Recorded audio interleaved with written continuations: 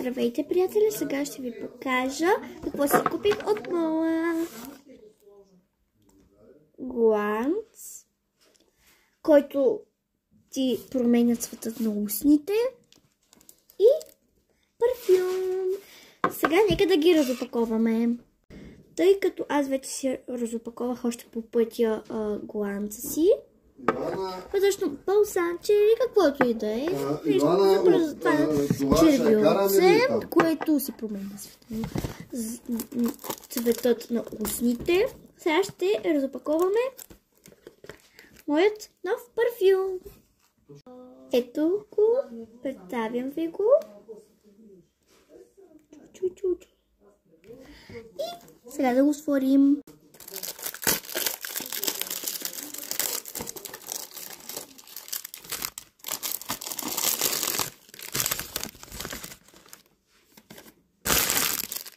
Това не трябва. И да. Опа, добре. Така.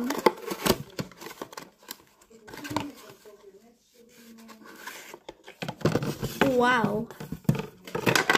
Вау. Хора. Погледнете. Погледнете го. Много е красив. Адски много ме кефи. Остава и да го помиришем. Като си го пръснем на ръчичката и така ще ви кажа на какъв аромат има и дали ми харесва.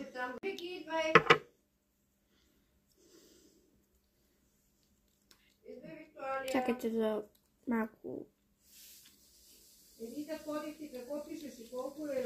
Той за сега не пръска, защото е нов.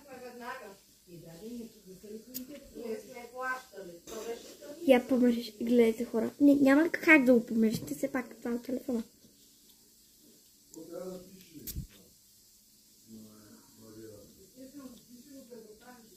Добре, малко.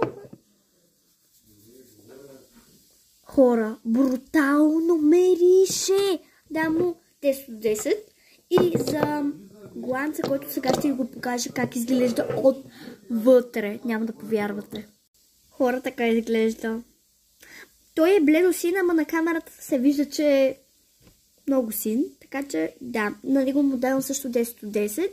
Като цяло на покупката ми давам 10 от 10.